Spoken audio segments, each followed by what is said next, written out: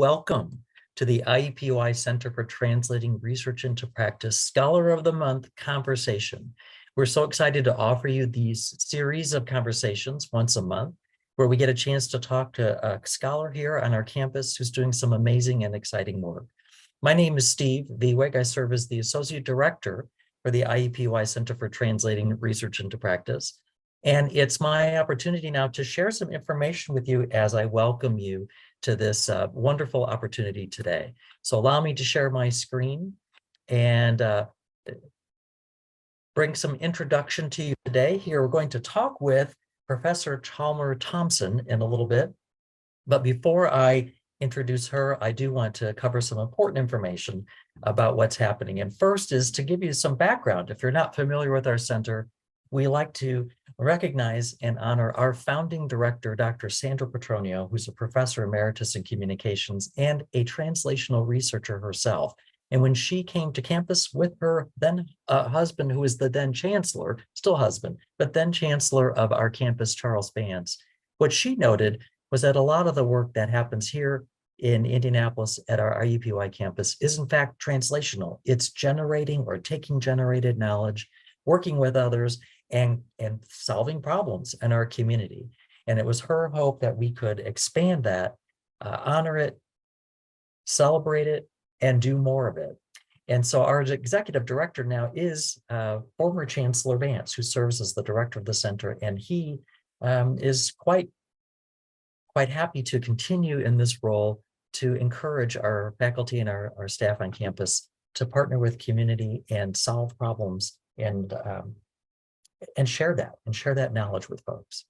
So as we get together today, a few reminders. Hopefully everybody's familiar with Zoom, but just as a reminder to keep your microphone muted. You're welcome to have your camera turned on. We will endeavor to have some conversation later, so we hope that you'll turn on certainly your video then and join in. But you may also use the chat feature to write down questions or comments, as some people already are. If you're interested to know, we are recording this presentation. So if you have friends that are not able to see it, and they will be able to see it later, and they could see many of the other recordings that we have on our YouTube channel. And of course, because you're here, you're going to get an opportunity to fill out one of those fabulous post-evaluation surveys. So please let us know what you think about this and keep in touch with us. Speaking of keeping in touch, there's lots of ways to keep up with us. One of the things we offer is credit. If you're looking for a continuing education credit, you can sign up by going to IU Expand and taking credit for attending these events.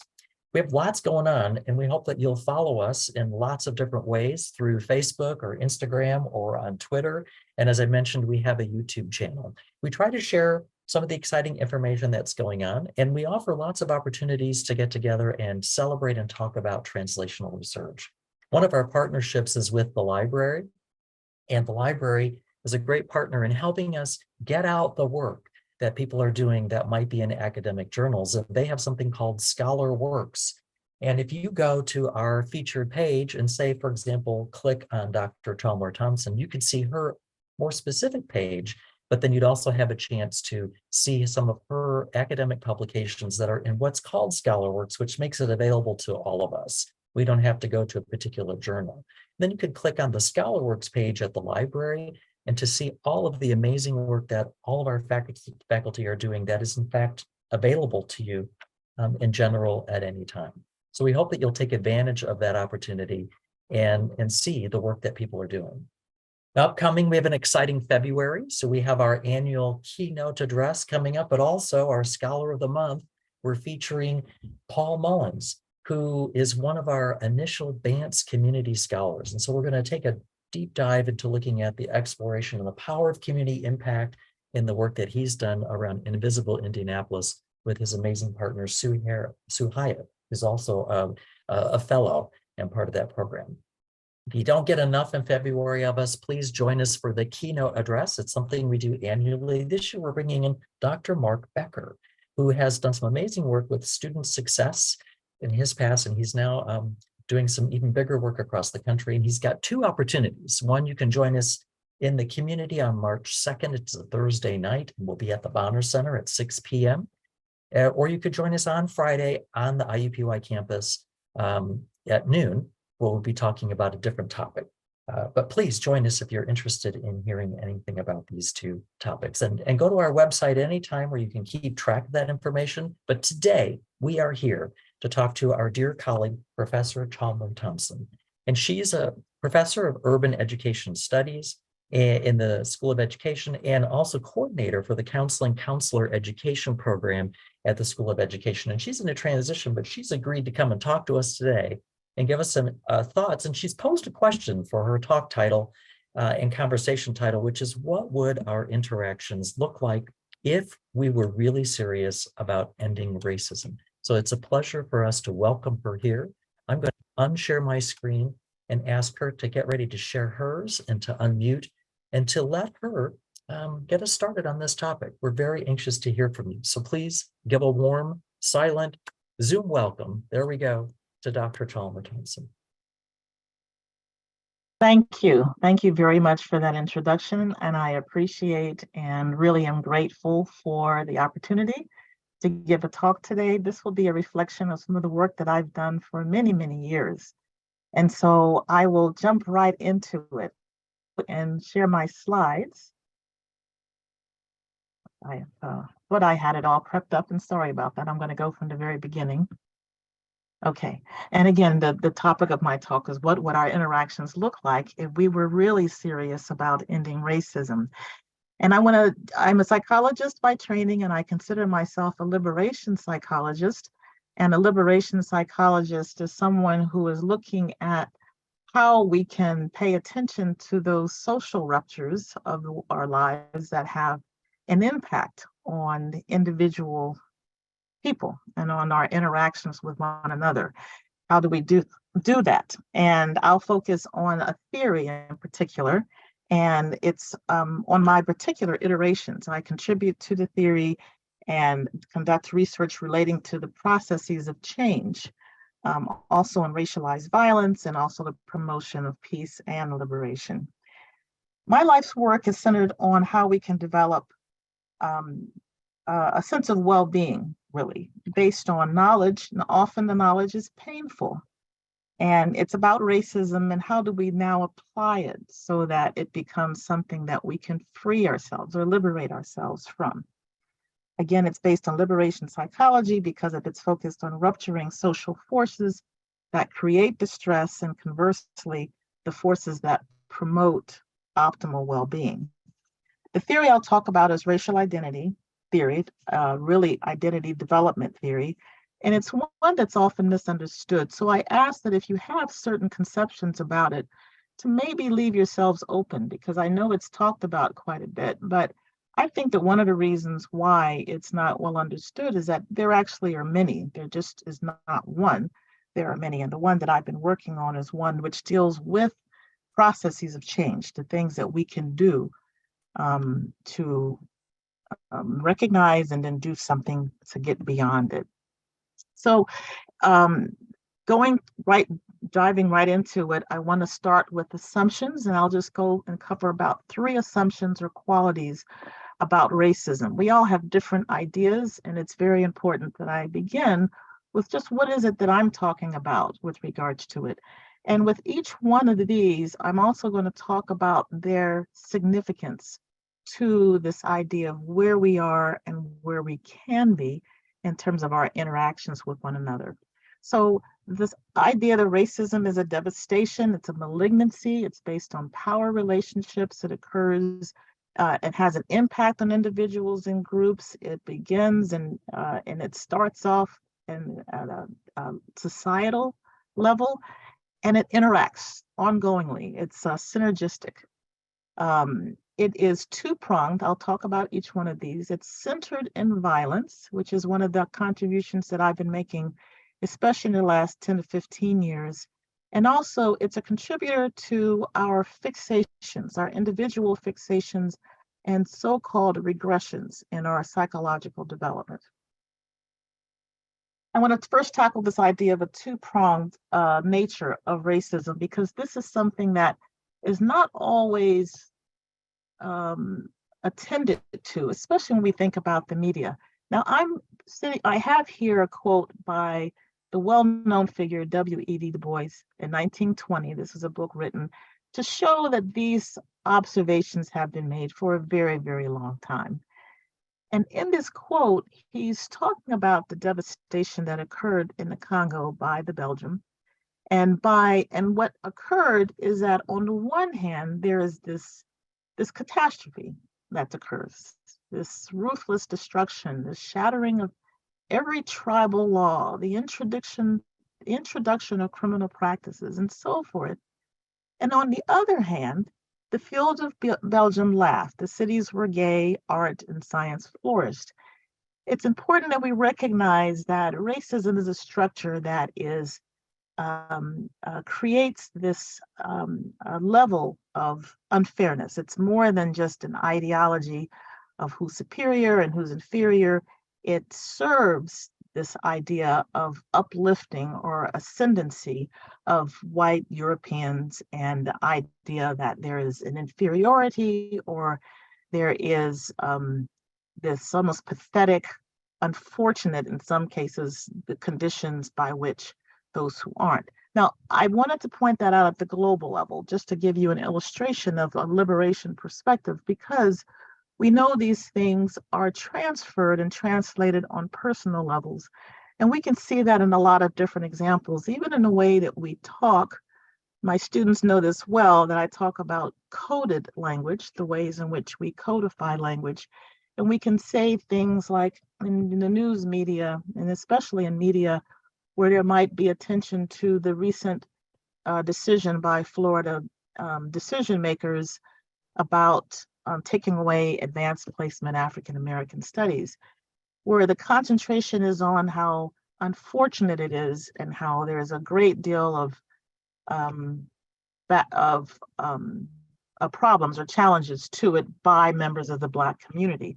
Well, hopefully more will come out as a result of it, but often we sit and we stay with this particular portrayal as it being one-sided. It isn't merely something that entails doing away with something for a lot of different reasons, but the potential is there for there being racist actions and that benefit or that serve the interest of those who are maybe keeping with those ideas. We can think of that squarely and specifically as whites, but we know there are others who can sign on to this idea because it can seem just natural, just an inevitability. These are the things that have happened. It's important for us to recognize the two-pronged nature of it in a lot of different ways, which I believe I can perhaps go further in showing as we go forward. So those are the two-pronged natures, the ways in which we codify. But the next issue is that racism is centered in violence. And this is much of the basis of my own work. And I've categorized it into 4 different groups. And I want to make sure that I hit all of those. One is the idea of racialized violence. Racial violence is often something that people will know right away when they hear about an act or an action. And it typically would involve, say, a person from an historically oppressed group, violated group, say Black African descendant people, and may be exacted at the hands of whites. The idea of racial violence, and it's physical. Racialized violence is really getting more into the literature and peace psychology. It's a phenomenon that has evolved over time and refers to direct cultural structural forms of violence. It draws, as I said before, on the peace literature by examining the ways in which violence is more than physical violence. Physical violence precedes other forms of violence, accompanies it, and follows it.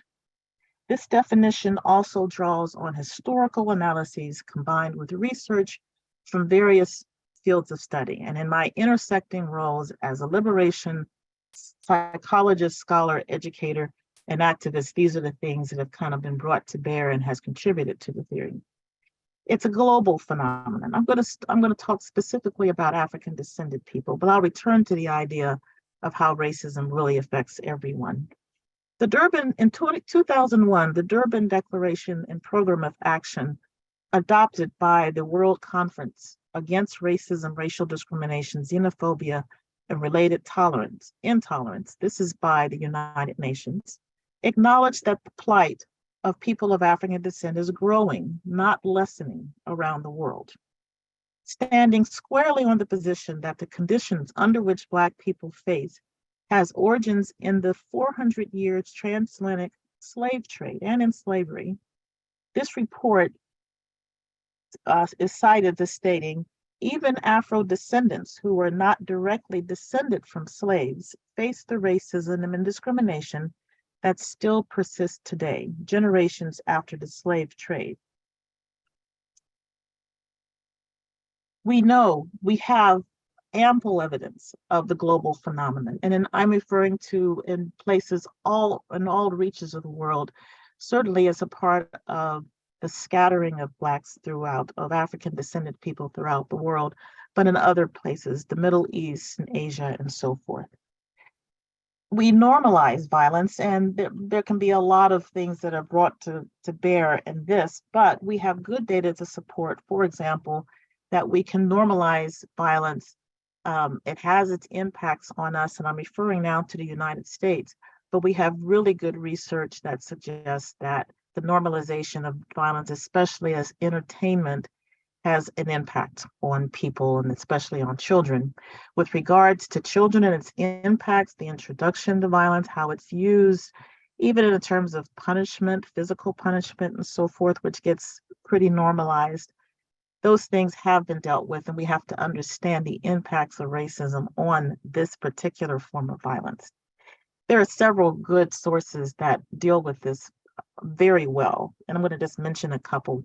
Jeffrey Canada, that's Jeffrey with a G, in his book called Fist, Stick, Knife, Gun, is a really wonderful work in which he talks about this. The American Psychological Association website has research that talks about this idea of the impacts of violence. And also there's an interesting, very fascinating book by Stacey Patton titled Spare the Kids, Why Whooping Children Won't Save Black America. And it's referring specifically to the disproportionate numbers of Black families in the US who use corporal punishment relative to other racial groups. Now, trauma is something I want to spend a little bit more time with. I'm going to make sure to check my time. Yes, okay, I'm doing okay. So I wanted to talk about trauma in a lot of different ways, but I wanted to start off with a quote by Saidiya Hartman, who's a professor at Columbia University, who visited Ghana and did an exploration of a study of the impacts of the slave trade on Ghanaians, current day Ghanaians. And she also wanted to explore this sense of longing that she herself, as an African American, had, and has always had, as many African Americans, a longing for an understanding, even a connection that would bind them, us to African people. And in the conversation she was having with a young man who was also visiting Ghana, he was Black American as well. They were sharing their experiences, and he said that it feels like when I'm here, it feels like my entire family is out here with me. It's like visiting my grandmother's grave. My father, my cousins, I mean, everyone. And she responds, and she's talking with him, and she says, I've never felt so alone in my life. It feels like the crash to me, not the grave. It's the place where the car hit the tree and your mother and your brother died. And your father survived, but he's become an alcoholic. And it's like he's worse too. He's dead too, or worse. But it's just a regular street for everyone else. Now, both the young man and Hartman have different feelings and experiences, but this notion of intergenerational trauma, it really colors our lives in ways that really have just relatively recent has been getting some attention among the psychological field. Treatment for trauma is deemed medically necessary. Trauma is associated with extreme levels of stress, which can lead to physical pain, cardiovascular disease, hypertension, digestive issues, respiratory complications, you name it. Treatment of trauma entails expertise in which practitioners determine the best conditions for disclosing what happened, then guiding clients in their coping. With racial trauma, finding this expertise can be difficult because practitioners may tend to be reluctant to raise and discuss racial events and racism.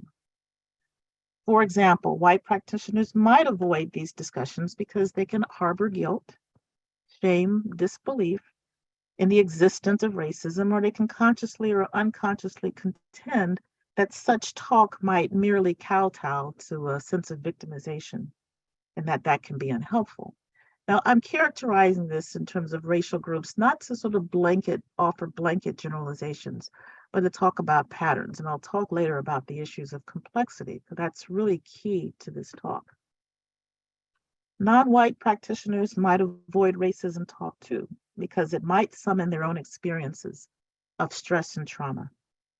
Either way, Blacks and other people of color who experience racial trauma may have difficulty finding practitioners who can capably help them through their distress, Black and other people of color who seek this help. This suppression of racism is unfortunate because it's given the benefits. There are benefits. There's research that shows that there are benefits to discussing racism. We have this knowledge, we have this wherewithal, we have good theory that talks about how we work through these issues, however painful it is. It is difficult. In a study of African American women, those who experienced frequent everyday racism and reported that they kept it to themselves were shown to have shorter telomeres. Shorter telomere length is an indicator of chronic stress exposure, aging, and morbidity.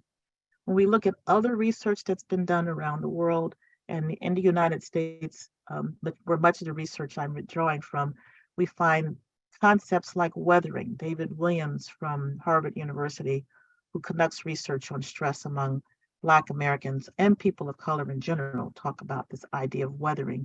Sociologist Orlando Pattern talks about a social death. We're talking about the ways in which it wears and tears on humans. It's a form of violence. Seeking therapy for racial trauma may seem odd to many African American people, as there are stigmas related in general to seeking mental health care. I know this is changing in some ways because since the pandemic, there was sort of an onslaught of people who were in a very desperate situation, who were, there may have been increases of those who were now seeking that information and that service. According to the American Psychiatric Association in 2019, although the rates of mental illnesses in African Americans are similar with those of other racial groups, disparities exist in mental health care services. This report also concluded that African Americans often receive poor quality of care and lack of access to culturally competent providers. I would also surmise it could be racially competent providers as well.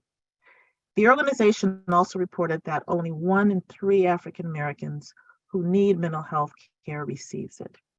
Because of these challenges, the American Psychiatric Association formed a presidential task force in 2020 to address racial disparities in mental health care and education. The American Psychological Association went even further by issuing a statement of apology for the organization's contribution and complicity to racism, and by creating a commitment to put forth resources to resolve these problems in accordance to organizational code of ethics. APA is admitting to things like, contributing to this idea of intelligence testing as, legitimate ways of doing, for the years, the history of doing that, and other really heinous acts that's gone on for many, many years. This statement was published in 2021. Going back to this idea of a two-prong, we have to understand that these matters have relevance in terms of their comparative, who it serves, who racism serves, who it doesn't. Does it create this idea of people who are doing more poorly relative to others? Are African descended people doing more poorly relative to whites? One can easily argue that racism is taking its toll on all of us. I make that argument as well, not evenly, it doesn't do that, but it certainly does. And this is why the theory, although portraying the development for whites, racial identity theory then for people of color is different, it insists on dedicating attention to the ways in which racism affects all of us. Now, this is where I'll talk a little bit about the theory, again, checking on my time. Okay. I want to talk about one of the things that it does. I'm talking now about the individual, what kind of impacts racism has on individuals, and also it's a developmental process, and I wanted to cover that. I had fun with the use of stock photos, so I'm going to go ahead and jump into some of that. So it has an impact on the person. We are social beings. We're informed about who we are and our sense of worth and all of that through our involvement with others and spiritually. We are as looking at racism in its fullest and as its impact and its devastation, in fact. We have to look at all sides of it, and that gets us to this idea of looking more completely and more at people. We have to look at the things that go on in the workplace, at home, of course, intrapsychically or within the person, as a person may have doubts about self relative to others, maybe racially similar others, racially different others, and so forth. The development occurs in a patchwork way. In other words, there is an ascendancy, there's a going forth, but it can ebb and flow. There can be false starts. The final status, if you will, sort of where does this all lead us, is with, on an individual level, an embrace of complexity, a comfort or confidence of self and of others. It's as much an individual development and embrace of self as it is an embrace of humanity. The last picture I have that it talks about shaped by family and society. I saw this picture of a woman and dressed beautifully. You know, we're shaped by ideas of what we wear, what's considered beautiful, the things that are normal, the normativity of everything. That also becomes woven into it, the idea of how racism enters into it. So with regards to development, there can be fixations, there can be regressions, and I put that in parentheses because we can't theoretically return directly to a place we already have been, because we've already been there, we've learned some things. But regression, we can go back, we can sort of say, well, I'm learning things, I'm developing, I'm becoming a little bit more attuned to the way that I can be, to humanize more. However, it's scary. It's such an upheaval of everything I am and everything I've been told that I'm going to regress. And in doing so, that regression can also mean discrediting people, dehumanizing them. Well, that person is the one who's responsible for all this turmoil that I'm experiencing and so forth. It's difficult in a statement. It's a very, very difficult process. But the theory is about this notion that we have the tools for helping to facilitate it. When I say helping, I don't mean only from the perspective of psychologists and other mental health workers. It's important for psychologists and other mental health practitioners to know that people are seeking our help as practitioners in order to feel more fulfilled, to feel more whole in our lives. What better way for us to see people more whole than to see every part of them and not be fearful or reluctant to understand that there's a piece. We need not lobotomize matters of racism. We need to bring it all. We need to fold it in order to do that. Again, it's not easy stuff, but it becomes very, very important, very important. So I'm going to go next to what would our interactions look like if we were serious about ending racism. We would recognize that its nature is steeped in our relationships with others. It's very important that we understand that relationships, it's understand that we recognize the roots of it, that we not see it merely as discrimination or prejudice. We need to avoid the codification that goes on and really pay attention to what it is and to be able to identify it. The more we understand it, it's often sort of this fear that it's going to send us into sort of an immersion, or almost as if we're not going to think about anything else but that. And part of the development might really entail some of that, but that's probably a natural progression of something that is a sinister malignancy in our society. But that when we operate from a perspective of maturity in racism, we want this knowledge in order to become better, to see each other more fully and more completely, and therefore as more human. Second, I have here racism is fundamentally violent.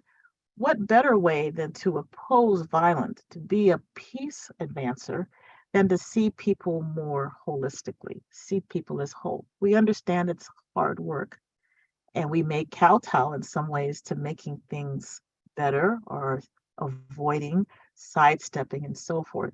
But in doing so, we essentially are not tackling the roots of the problem. We are really just sort of perpetuating it, unfortunately. So, the opposite of being violated or experiencing this violence on all different levels is to take part, to understand our agency as people, to be involved in social action, to be as cognizant of the things that are going on, to be as aware, to understand the humanity of others, to understand that when we briefly or not so briefly characterize people or a person as one thing, it's an act of dehumanization. And if we also are complicit in a level of unfairness of any form, it also is consistent with this idea of racism, because that's what it's bases on: violence, dehumanization, certainly unfairness. Coded language I mentioned before, I won't go back into that, but we have to be very careful. My students know that I'm really pretty careful about language, and I talk about let's practice. One of the best ways to develop those those neural pathways is through practice. And we do have to practice. We'll fumble, we'll fail, we're imperfect, we're fallible, but we still need to do it in order to advance further what's going on. We have evidence that there are already advancements. So this is not a gloom and doom. We need to really capitalize on those things. Finally, we want to recognize that our reaction to racism is complicated by other forces, including past traumas. And the four best things we can do is to learn, to reflect, get help when it's needed, and to participate in social action in all forms. I know that's going very, very quickly, but I'll just want to have a couple of ending words before I take any questions. I realize I'm going over time. And that is to say that a good theory, and I believe racial identity theory based on mostly the work of Cross and Helms, particularly Helms, and looking at processes of change. And she's a professor emerita from Boston College. And in my own work, looking at issues of violence and peace advancement. A good theory about it and its impacts on our life is one where there's going to be discomfort and even some pain with the jarring information, but that we anticipate it, that we work with people, that we take measures to encourage and help deep reflection. This is what the essence of growth and learning is. It is to bear with it, and we bear with it when we have support, when we have those who are rallying around us and we're saying, yeah, we can do this together. The theory talks about flexibility in thinking, immersion of experiences, constant reflection, deliberate action, and it is really akin to a life and death experience, because when we do involve ourselves in social action, it can be with great risk as well. Risk not only in terms of feeling rejected, but also physical risks as well. But we can do it, and we need to do it with humility. And we need to do it because it's essential to our quest for realizing our potential as members of the human family. And with that, I'll end it, and I thank you very much. Oh, and I have some references here. These are just a select view of references, but there certainly are more that I've mentioned before here. So, but these are the ones that I wanted to make sure that you have. Before I end, Martin Barreau is, I mentioned him here, and I have a special connection with the history of this person. A recent award I received was by Martin Barreau, and he was the person who first began some of the writings and calling it liberation psychology. Thank you. Well, thank you, Dr. Thompson. And as I understood, you had several questions to pose to us that might help us with some conversation about this. So I'll ask you to unshare your screen so we can see each other. And Okay. it's our tradition that we would send out a copy of the information that you shared with us. So if folks did not get a chance to get the references, they'll be sent out to you in a follow-up email so that you'll get to have a better access to finding that information. So what are the questions that you're posing to us that you wanted us to think about? Well, Are one of those the coming? first questions, I'm sorry. No, go ahead. Yes, go ahead. Okay. Well, one of the first questions I had was regarding this idea of a stigma, and that is the stigma in seeking help. This is really clearly that help is needed. And oh, okay, great. I'm glad that I have some help by Ms. McLucas. Um, Within your communities and however you define it, is there still a stigma? Do you believe there is a stigma in seeking help or when people are under, or under distress? And so I have here for yes or no, but it also invites you to contribute to some discussion about that. So the question that's posed, and you should be able to see this on your screen so that you can answer. It's a simple yes or no question. Is in your own community, however you choose to define it, is seeking counseling or psychotherapy help a stigma? Is it help a stigma? We have quite a few responses, people who are taking advantage of this opportunity to respond. Okay. And it's kind of, so few more of the group are saying yes, and some are saying no. So what's your response to that, Dr. Johnson? Your response to the poll, you're saying? Right. I mean, Yes. what's your reflection of what you're seeing here in terms of how people are responding to this? Yes, yes. So What do I you make see from that? here that, of course, there are many differences in terms of how people are defining their communities, but the idea that there is 64% are saying that there is some stigma to, the idea of seeking help. And my response to that is that on the good news, in my view, is that I believe that we're turning an important corner, especially in terms of the training issues for people in the mental health, you know, um, disciplines, because there are many. There are, counselors, social workers. The idea that we are paying much more attention, we have some in the past, but now we're doing that, can give us some optimism, for the future. And so it's my hope that maybe if we were to conduct this poll, more expansively to a larger audience, and we had a similar result, maybe in a number of years we would see something very different. So. Was there another question that you were going to pose to us? I wasn't sure how many there were. Yes, and I believe Okay. those are. Well, here we go. Here's a second question.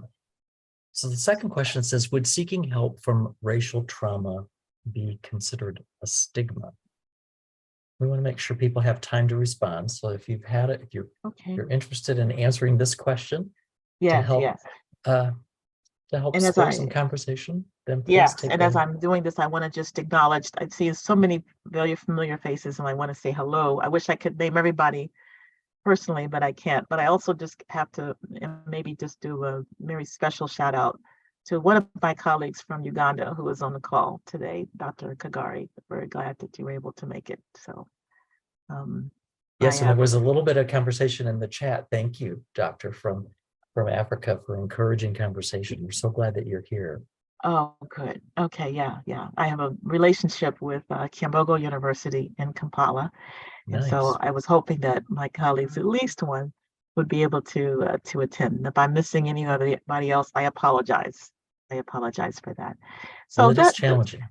Yes, Go yes, ahead. and a time difference and all of that. Yeah. So seeking would it be a stigma? So this is a little different than the first question, where 50% or 52% are suggesting that yes, this would be, and no for others. That's hopeful, that would not be seen as traumatizing. That's very, very hopeful. I like to think that people are putting faith in, and that, but this is also not necessarily, the question was not necessarily referring only to psychotherapy or counseling, seeking help in any kind. And there are many, many forms of seeking help, of course, seeking help from many times people have had to create their own sources and resources within communities because they had no choice. So seeking help could go on in a lot of different ways. So maybe my question could have been better cast, but I appreciate the responses for sure and what it's telling us. I see one question too, and that's from I call her Sister Shirley, but she's Shirley Alexander.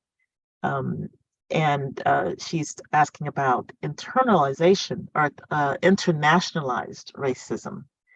And internationalized racism, I'm assuming that you're referring to the idea that it's global. It's a global racism, and that we have plenty proof of that. And I was referring specifically to some of the evidence of an African descendant, that is influenced, or that African descendant people are affected by. But we know that racism exists in all corners of the world, in all countries, and I don't mean as experienced by African descended people, but people of Asian descent, and who are Native Americans and indigenous people all over the world, Latino. We know all of these things, and we need to pay attention. So as we're looking at the one thing I forgot to mention was the two prongs. We also know that there are multiple prongs that grow out of, that emerge from this two-prong system. If we have this prong that says these are the people who are deserving, these are the people who are not, then there can be, I don't want to oversimplify, but there can be a way in which people, sort of rearrange themselves in their, either individually or their groups, to say, well, I'm closest to the top. The irony is that people are maybe even acknowledging that they're not going to get to the top, but that's just close to it. That's the irony, because it's fundamentally a devastating system, which makes so many assumptions about human superiority and inferiority. So I appreciate that. And my good friend, Dr. Murtada, is asking the essential role of communication. We would interact with people by recognizing one or more roots that have proven, yes, we do tend to distance ourselves on the basis of race and racism and the ways in which it plays into our lives. Some of that distancing can happen within groups, and we can have distancing that occurs on the basis of socioeconomic status or skin color, or with other groups by saying, well, you're not quite like us because we came here sooner than you did, or because we come from this particular region of that same country, whereas you come from another, and so forth. Again, this is not mere, like a sense of just, I feel good about, my belongingness. Dr. General Genety, another good friend who's also about language and ability, ability levels in which we will say that this makes us better, or this makes us, we can have pride in where we're coming from and who we are without exercising this level of unfairness and sort of kowtowing, or just sort of signing up for, well, therefore I can look down on this particular group. I can look down on the urban poor and Black people there. They're deserving what they get. I can look down on, and so forth and so on. We find ourselves arranging ourselves within this structure. And when we arrange ourselves in the structure, we don't end it, we don't bust it open. We find ourselves working within a sinister system of unfairness and built on violence. We want to break out of it. The idea of advancing peace is to say, no, we can be a healthier people. We can see ourselves as part of the human family when we avoid those kinds of things, those arrangements, when we understand, as Dr. Matata was saying too, we understand the roots of where that comes from. We have to understand those things, and including with what Dr. Gentilty talked about with language and so forth. And Dr. Harris is talking about the idea of identity crises, their own family deal with due to being of mixed race and immigrant families. How would you define what is occurring in youth today, having difficulty with cultural identity? I would say that we have to understand that the roots of it come from these structures. They come from these ideas of inferiority and superiority. People can really believe in their heart that there is inevitability, there is a certainty of how this arrangement is made. There is no question that it is just there, not merely that it is unfair and that it's been created in an unfair way and it's generated and so forth, but it simply is. That's breaking into that, disrupting that, it also disrupts trauma, and it disrupts the violence that continues to go. It helps create people to participate and to lead social action. And that becomes very, very important. And thank you also for Latasha Rowley and your question. Seeking therapy is the best way to engage in family therapy because of normalized violence, especially of children. So is seeking therapy for racial trauma the best way? I think that family therapy can be a very important resource for people, very important resource. You have to go with someone who knows what they're doing and who is able to really engage and talk about this in ways that are healthy and that shows that they understand it fully, and that their mission, their goal is to see forth this idea of a release from, a goal towards a more human person, which is the person, the individual, as well as others as human beings. So it can work, it can be involved. Other things are also important. I know sometimes we might put too much emphasis on psychotherapy. We might put too much emphasis on that. Yes, it's expensive and so forth. And it could be one of those structural issues that some people have it and some aren't. We need to deal with that as well. We need to find ways to make it more accessible, this idea of people who are helping. And by the way, I also meant to mention that it's not only the idea of, when I look at racial identity theory, I only don't think about it in terms of psychotherapy. I look at it in terms of when we're in positions of influence. So we can be in educators, can be influential over students, parents over children, and so forth. We in the different roles in which we have this influence, we can use these same things. We can use these in different ways, but we can use these same things. We can be equipped with an understanding of these things. We can encourage flexibility in thinking. We can encourage people to not to denigrate or to put others down because it makes them feel more uplifted. This is all part of what I see as the peace advancing element of racial identity theory. Dr. Thompson, I want to thank you for sharing so much valuable information with us. Yes. And putting it in a frame that we can really understand and integrate into the various ways that each of us come to these discussions. I know individually, as a social worker that works with very young children, I'm particularly thinking about the idea of trauma-informed care, et cetera. And I heard you say too, there's many ways that people seek help with this. And you just said again, how important it is that we think about this in every level and every layer and how we talk about it. And unfortunately, we don't have enough time for these conversations. But what I hope is that people are taking away some ideas and some encouragement to go forth and continue to have these very important yet difficult conversations, but because we need to. And we thank you for framing it in such a way that's so inviting, but also that we can take away, that we can use. And you've given us some resources that we can follow up on. At this point, what we like to do with our time is to thank people and officially end the program, because we know that many of you have to get to the next thing. We hope one of those next things that you come to would be some of our next events. A reminder that we have another Scholar of the Month program in February on the 24th, where we will be talking about the work of Dr. Paul Mullins. And then later, early in March, I would say we have our keynote address, and that's open to anybody. There's 2 opportunities to hear Dr. Mark Becker talk about his work in encouraging student success, and that'll be at the community at the Bonner Center, just near campus, on Thursday, March 2nd at 6 p.m. and then on campus at IUPUI on Friday, March 3rd at noon. So we hope you'll come and do that. And we will stay online here for just a couple of minutes if people would like to have that after conversation and get in the things that they need to say.